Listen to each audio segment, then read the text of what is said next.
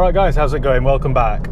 Today I'm in a 2008 Toyota Aygo. Now, bear with me for a minute because I've not lost my mind completely. I know last week I was filming with a 552 brake horsepower BMW M5, and now I'm in a 68 brake horsepower Toyota.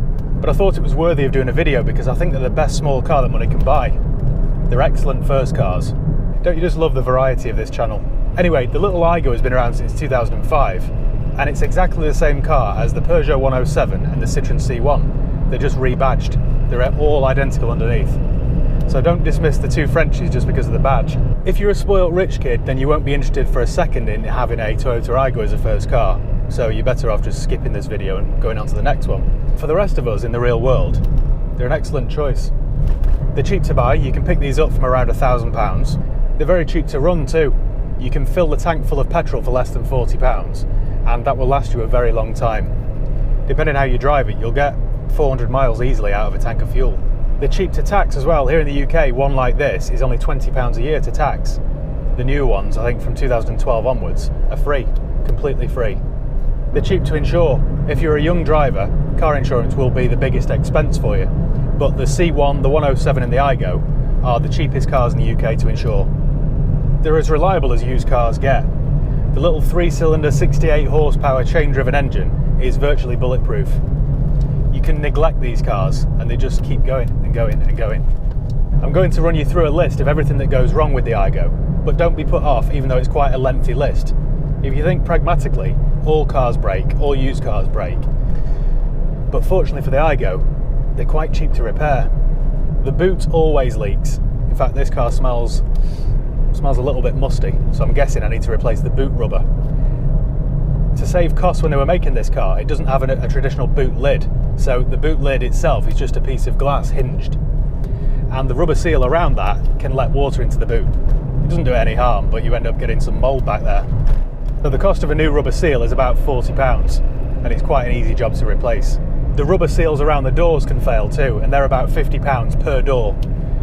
So that can soon mount up, but it's rarely do you need to replace all four. It's usually just one. So if you've got a soggy carpet, you might want to get that checked out. The clutches on these cars are quite weak. I've replaced more Aygo clutches in my time than anything else. In fact, I've just had a new one fitted on this. Again, a clutch on a standard car normally costs between £300, £400, £500, but for a little Aygo, it's about 160 quid all done. The indicator stalks can fail. It's gone on this one, so you put the indicators on and nothing happens. So get yourself on eBay, and for £22 you can order a new one, which is what I've done. It hasn't arrived just yet. So that's quite an easy fix. I've had them also where the radios fail. Again, get yourself on eBay, and for 30 or 40 quid you'll get a replacement head unit. You just pop that one out and plug the other one in. It's a doddle. The parcel shelves in the boot always seem to snap in the middle. They've got the structural rigidity of a wet crisp. And you know what I'm going to say? Yes, eBay. eBay, you'll find a replacement for about 30 quid. The thing is with this car, to cut costs when they were making it, everything's been made on a shoestring. That's not to say it's poor quality, but everything has been made as thin and as delicately as possible to save weight and save costs. These plastic door handles here can snap if you're a little bit heavy-handed. Again, £15 on eBay. I've never had an Aygo where the hazard light isn't all cracked either. I don't know why that is, but I've never bothered replacing it because they still work. If you're lucky enough to have one of these cars with a glove compartment, the chances are the handle will have broken. So you've got to be very, very delicate with it. So like I said, there is quite a long list there of common issues, but there's absolutely nothing that should put you off buying one. These are the cheapest cars to run and the cheapest cars to maintain. One thing that you can be absolutely certain about is that they always start on the key. It will get you from A to B, guaranteed. It's not the most stylish car, granted. If you're a young lad, you better hope that you've got a good sense of humour and that you're good looking. Otherwise, you will have no chance of pulling in one of these.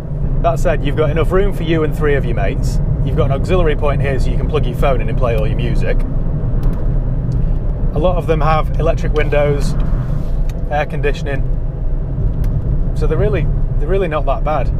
To drive, it's not the best thing in the world, obviously, but you'd be surprised. It's quite a nippy little car. You've got a couple of cup holders, door pockets, some storage compartments. The boot isn't the most spacious thing in the world, but luckily the rear seats fold flat, so if you're carrying something big, you will get it in. They sell these in either 3 or 5 doors. The 3 doors do look a little bit better, but the 5 doors are more practical. They don't tend to rust either, like a lot of cars of this age.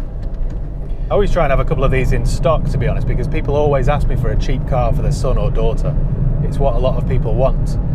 There's never huge amounts of profit in them because there are plenty of them out there and they always need a few £100 spending on them. But I quite like them. If I was 17 and this was my only choice, if it was either this or walk, I'd be quite happy, I think. I think they're perfect transport if you're young or broke, or both, in fact. So thanks once again for watching. Make sure you give the video a thumbs up if you enjoyed it. Make sure you subscribe if you haven't done already. Follow me on Instagram, Facebook, Twitter. I'll leave the link below. Yeah, if you've got any questions or comments, let me know and I'll do my best to get back to you. So yeah, cheers guys, thanks for watching. I'll see you next time.